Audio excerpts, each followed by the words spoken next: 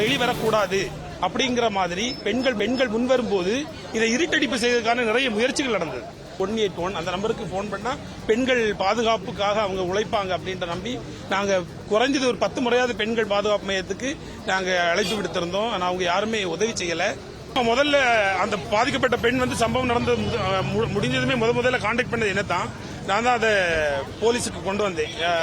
சைபர் game கொண்டு போனோம். அப்புறமா மகளிர் உதவி மையத்துக்கு கொண்டு போயிருந்தோம்.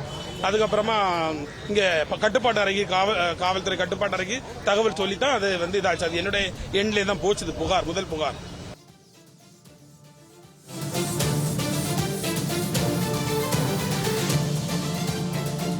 தற்போது பெண்கள் பாதுகாப்பில் அக்கறை இல்லாத அரசு குறித்தான அண்மை தரவுகளை பார்த்து வருகிறோம். பாதிக்கப்பட்ட மாணவிக்கு வழக்கை காரணம் காட்டி 2 ஆண் காவலர்கள் அழுத்தம் கொடுத்துள்ளனர் என்று அவரது வழக்கறிஞர் மரிய ஜலால் தற்போது செய்தியாளர்கள் சந்திப்பில் தெரிவித்திருக்கக்கூடிய அண்மை தரவுகளை பார்த்து வருகிறோம். இது குறித்த கூடுதல் விவரங்களோடு இணைகிறார் என்று செய்தியாளர் நித்யானந்தன். வணக்கம் நித்யானந்தன். பாதிக்கப்பட்ட மாணவிக்கு காவல்துறை தரப்பில் அழுத்தம் கொடுக்கப்பட்டதாக வழக்கறிஞர் தற்போது பேட்டி ஒன்றை அளித்து வருகிறார். இது குறித்தான கூடுதல் விவரங்கள். அண்ணா பல்கலைக்கழகத்தில் பாதுகாப்பு குறைபாடு காரணமாக அண்ணா பல்கலைக்கழகத்தில் ஞானசேகரன் அண்ணா பல்கலைக்கழக மாணவியை பாலியல் வன்கொடுமை செய்யப்பட்டதாக அவருக்கு குற்றவாளி என சென்னை மகளிர் நீதிமன்றம் தீர்ப்பளித்திருந்தது. இன்று அவருக்கு தண்டனை விவரங்களையும் வாசித்திருக்கிறார்கள். அதில் 30 ஆண்டு காலம் தண்டனை விவரம் என்று கொடுக்கப்பட்டிருக்கிறது. இருந்த போதிலும் பாதிக்கப்பட்ட மாணவி சார்பில் மரிய ஜலால் என்ற வழக்கறிஞர் தான் புகார் கொடுத்திருக்கிறார். அந்த மரிய ஜலால் தற்போது செய்தியாளர்களை சந்தித்தார். அவர் மிக முக்கியமாக 2 விடயங்களை குறிப்பிடுகிறார். அதில் ஒன்று, பாதிக்கப்பட்ட மாணவி கோட்டுப்புறம் காவல் நிலையத்தில் புகார் அளிக்கும் பொழுது அந்த புகாரின் அடிப்படையில் நேரடியாக பல்கலைக்கழகத்திற்கு உள்ளாக வைத்து விசாரிக்க வேண்டாம் என்று கோரிக்கை விடுத்ததாகவும், மறுபுறத்தில் யூனிஃபார்ம் அதாவது காவல்துறை சீருடையுடன் தன்னை விசாரிக்க வேண்டாம், மற்ற மாணவர்களுக்கு தெரிய வரும் என்றும் அவர் குறிப்பிட்டு கூறியிருக்கிறார். அதே நேரத்தில் 2 ஆண் காவலர்கள் விசாரணை நடத்திருக்கிறார். வழக்கமாக இது போன்ற மாணவிகளை விசாரிக்கும் பொழுது சீருடையுடன் காவல்துறையினர் செல்லக்கூடாது ஒன்று, மற்றொன்று சீருடையுடன் செல்லக்கூடாது என்று கூறினாலும் மறுபுறத்தில் பெண்களுக்கு இணைக்கப்பட்ட இந்த வன்கொடுமை என்பதால் மாணவி என்பதால் பெண் காவல்துறையினர் தான் விசாரிக்க வேண்டும். ஆனால் இவை 2ஐயும் கடைபிடிக்காமல் 2 ஆண் காவலர்கள் சீருடையுடன் உள்ளே சென்றிருக்கிறார்கள் அண்ணா பல்கலைக்கழகத்திற்குள்ளாக. அது மட்டுமல்லாமல் அண்ணா பல்கலைக்கழகத்திற்குள்ளாக சென்று விசாரணை நடத்தியது மட்டுமல்லாமல் மாணவி தனக்கு தேர்வு இருக்கிறது, வேறு ஒரு நாளில் இந்த விசாரணையை வைத்துக் கொள்ளலாமா என்று கேட்ட பொழுது முடியாது என்று கூறி மீண்டும் காவல்துறையினர் அன்றேதான் விசாரிக்க வேண்டும் என்று அழுத்தம் கொடுத்திருக்கிறார்கள். இந்த குற்றச்சாட்டு என்பது கோட்டூர்புரம் காவல்துறையினர் மீது வைக்கப்படுகிறது. அதாவது முதலில் புகார் கொடுக்கும் பொழுது எழப்பட்ட இந்த விவகாரத்தை தற்பொழுது பாதிக்கப்பட்ட மாணவி தரப்பு வழக்கறிஞர் மரிய ஜலால் வெளிப்படுத்தியிருக்கிறார். ஆகவே ஒரு மாணவி பாதிக்கப்படும் பொழுது அந்த மாணவிக்கு ஆதரவாக இருக்க வேண்டிய காவல்துறையினர் மாணவிக்கு ஆதரவாக இல்லாமல் மாணவிக்கு எதிர்முனையில் இருந்து இந்த வழக்கை கையாண்டிருக்கிறார்கள் என்பது தற்பொழுது வெட்ட வெளிச்சமாயிருக்கிறது. அதுவும் வழக்கறிஞர் கூறியதால் இது அம்பலமாயிருக்கிறது என்று பார்க்க முடிகிறது. மறுபுறத்தில் பார்க்கும் பொழுது இது போன்ற மாணவிகள் பாதிக்கப்படும் பொழுது இந்த வழக்கை சென்சிட்டிவான வழக்கு, புகாரை மறைமுகமாக விசாரிக்க வேண்டும், அதே நேரத்தில் வெளிப்படையாக மற்றவர்களுக்கு தெரியாமல் விசாரிக்க வேண்டும், பாதிக்கப்பட்ட மாணவி யார் என்பது வெளியே தெரியாமல் இருக்க வேண்டும். இவ்வாறு பல்வேறு நடைமுறைகள் இருக்கிறது. ஆனால் இந்த நடைமுறைகளை பின்பற்றியதா காவல்துறையே தான் இதை பாதுகாக்க வேண்டும். ஆனால் காவல்துறை இதை பின்பற்றியதா என்ற ஒரு கேள்வி இந்த நேரத்தில் எழதான் செய்கிறது. ஏனென்றால் வழக்கறிஞர் மரிய ஜலால் கூறுவது போல சீருடையுடன் விசாரணை நடத்தியது முதல் தவறு. என்றால் ஒரு பள்ளி வளாகத்திற்குள்ளாகவோ கல்லூரி வளாகத்திற்குள்ளவோ அல்லது பல்கலைக்கழக வளாகத்திற்குள்ளவோ சீருடையுடன் சென்று காவல்துறையினர் விசாரணை நடத்தக்கூடாது.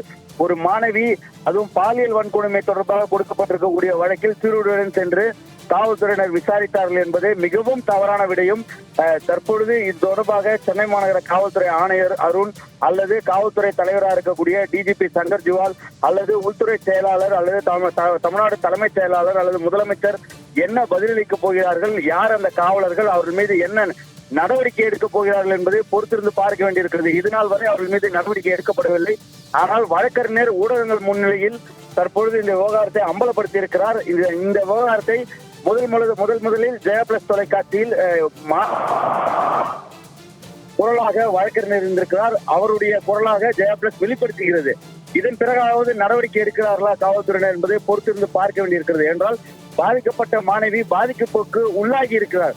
ஆகவே பாதிக்கப்பட்ட மாணவியை மேலும் கொடுமைப்படுத்தக்கூடிய ஒரு நிலைக்கு, அழுத்தம் கொடுக்கக்கூடிய நிலைக்கு காவல்துறையினர் செய்திருக்கக்கூடிய இந்த செயல் மிகவும் தரமற்றது என்பதுதான் இதன் மூலமாக பார்க்க வேண்டிய மிக முக்கியமான செயலாக இருக்கிறது. அது மட்டுமல்லாமல் ஒரு பாதிக்கப்பட்ட மாணவியை அவரை ஒரு 2 பெண் காவலர்கள் சென்று என்ன விதமான பாதிப்பு, அதுவும் பாலியல் வன்கொடுமை என்பதால் ஒரு பெண் காவலரிடம் தான் வெளிப்படையாக பேச முடியும். ஒரு 2 ஆண் காவலர்களை அழைத்து சென்று உள்ளே விசாரணைக்கு ஏன் கோட்டப்புறம் காவல் நிலையத்துடைய ஆய்வாளர் அனுப்பினார் அல்லது உயர் அதிகாரிகள் அனுப்பினார்களா என்பதெல்லாம் மிகவும் கேள்விக்குறியாக இருக்கிறது. அல்லது இந்த வழக்கை திசை திருப்ப இது போன்றே செயல்பட்டிருக்கிறார்கள் என்று பார்க்க வேண்டியிருக்கிறது. மறுபுறத்தில் மிக முக்கியமான இந்த விவகாரத்தில் பாதிக்கப்பட்ட மாணவியுடைய புகார்தாரர் வழக்கறிஞர் மரிய ஜலால் கூறும் பொழுது இதற்கு எஃப்ஐஆர் போட வேண்டும், அதாவது முதல் தகவல் அறிக்கை போட வேண்டும் என காவல்துறையை அழுத்தம் கொடுக்க வேண்டாம் என்று மாணவிக்கு காவல்துறையினர் அறிவுரை வழங்கியிருக்கிறார்கள் என்ற ஒரு வார்த்தையை பதிவு செய்கிறார். மறுபுறத்தில் மருத்துவ பரிசோதனைக்கெல்லாம் செல்ல வேண்டாம் என்றும் அறிவுரை காவல்துறை தரப்பிலிருந்து கூறப்பட்டிருக்கிறது. அப்படி என்றால் இந்த வழக்கை திசை திருப்பி மூடி மறைக்க காவல்துறையினரே திட்டமிட்டிருக்கிறார்கள் என்பது தற்பொழுது வெட்ட வெளிச்சமாக இருக்கிறது. தீர்ப்புக்கு பிறகாக இந்த விவகாரத்தில் காவல்துறையினருடைய இந்த நடைமுறை சிக்கல்கள், நடைமுறை தவறுகளை அம்பலப்படுத்தியிருக்கிறார் பாதிக்கப்பட்ட மாணவியுடைய வழக்கறிஞர் மரிய ஜலால். ஆகவே என்ன செய்ய போகிறது காவல்துறை? முதலமைச்சர் பதிலளிக்க போகிறாரா அல்லது இந்த தவறுகளை எடுத்த காவல்துறை மீது சென்னை மாநகர ஆணையர் நடவடிக்கை எடுக்க போகிறாரா என்பதை பொறுத்திருந்து பார்க்க வேண்டியிருக்கிறது. அது மட்டுமல்லாமல் SIT, அதாவது ஸ்பெஷல் இன்வெஸ்டிகேஷன் டீம் என்பது சென்னை உயர்நீதிமன்றத்தால் போடப்பட்டது. 3 பெண் IPS நீதிபதிகளை தான் நீதிபதிகள் நியமித்தார்கள்.